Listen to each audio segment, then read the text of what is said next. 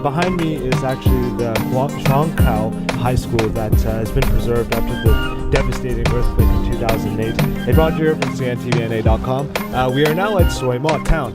This little town was...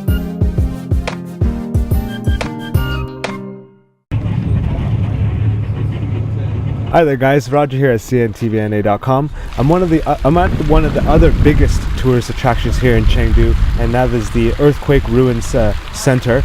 In 2008, Chengdu was hit by one of the biggest earthquakes ever recorded, and the city decided to leave the remains as a memory to the lives that were lost. So we're going to go inside and take a look at the exhibit, and we're going to go from there. See you inside.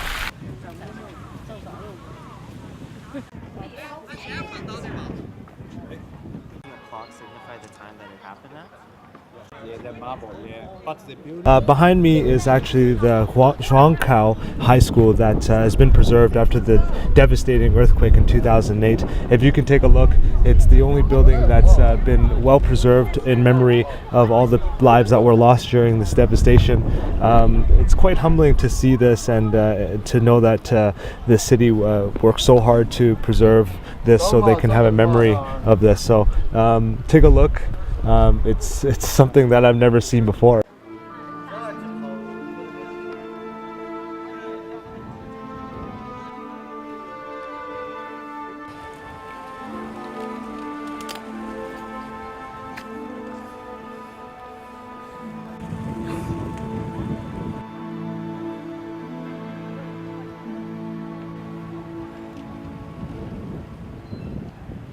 Hi there guys, so behind me is actually the school apartment.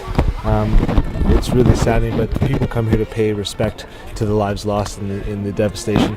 But if you take a look at this sign here, this building once had 5 floors, and if you can look at the preserved remains, it's actually quite saddening to see how the building has turned out. So yeah, a lot of lives were lost here, and we're here to pay our respect to those people here as well.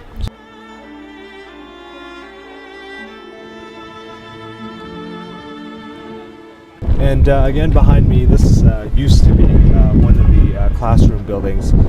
Again, it should have been 4 to 5 floors. If you can take a look at this building, it was supposed to be the same height, but that has also collapsed as well. During this time, actually, I just learned that when this happened, all the news channels and all the TV were not allowed to play any entertainment, and all the news channels regarding this were played in black and white in respect to all the lives that were lost. So that's a piece of information that I learned today that was pretty interesting. And as I walk through this place, I feel more and more saddened by this. So yeah, we're going to keep going and see what else we got here.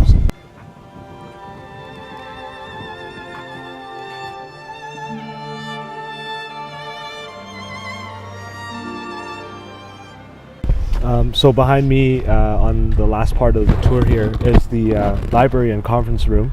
This was 2 floors. It's actually it's really sad to see this kind of disaster. Of course, I've said this before, but to actually be here on site to where it actually happened brings me back to remember hearing about this on the news. And to see it is completely different to hear about it. So I'm definitely grateful to be here, but it definitely it humbles me as a person and makes me appreciate a lot of different things in life. So yeah.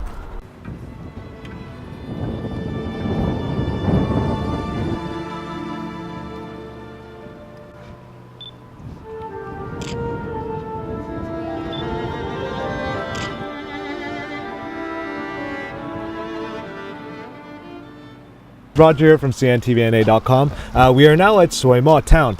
This little town was built by the government for the relief after the earthquake for the survivors. Now it's turned into some shops and some coffee shops and some snacks and cafes around. So we're going to go take a look around and see what we can find. But this is pretty unique. It's beautiful scenery around here, and these buildings are built beautifully. So let's go take a look.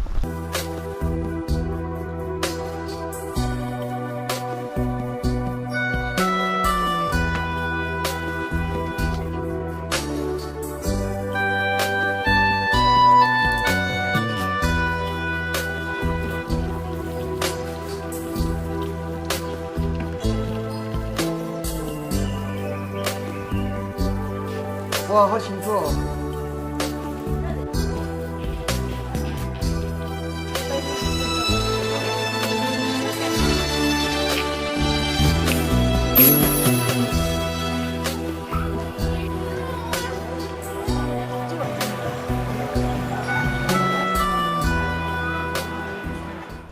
Hi there, guys. Roger here from cntvna.com.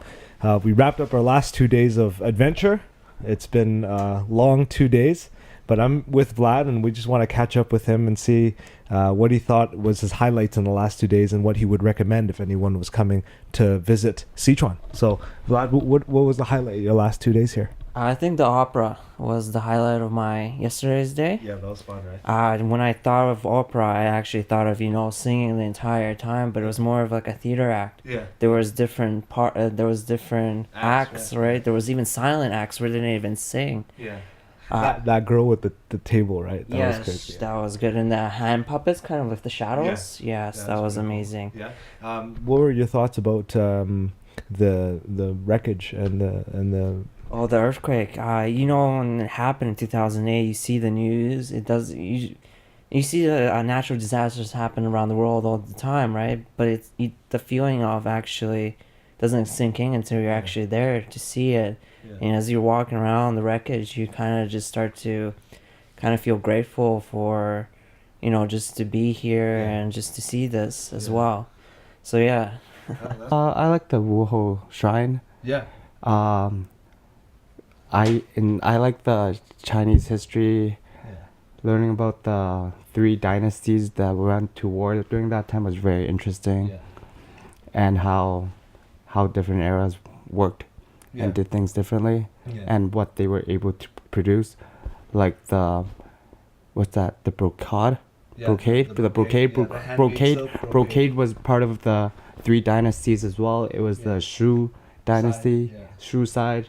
The amount of time that they have to put in and the amount of effort is quite. And it When I look at that, I feel like I can be doing way more with my life as well. So I And find seeing that. how those guys back then created such a machine just to weave Yeah.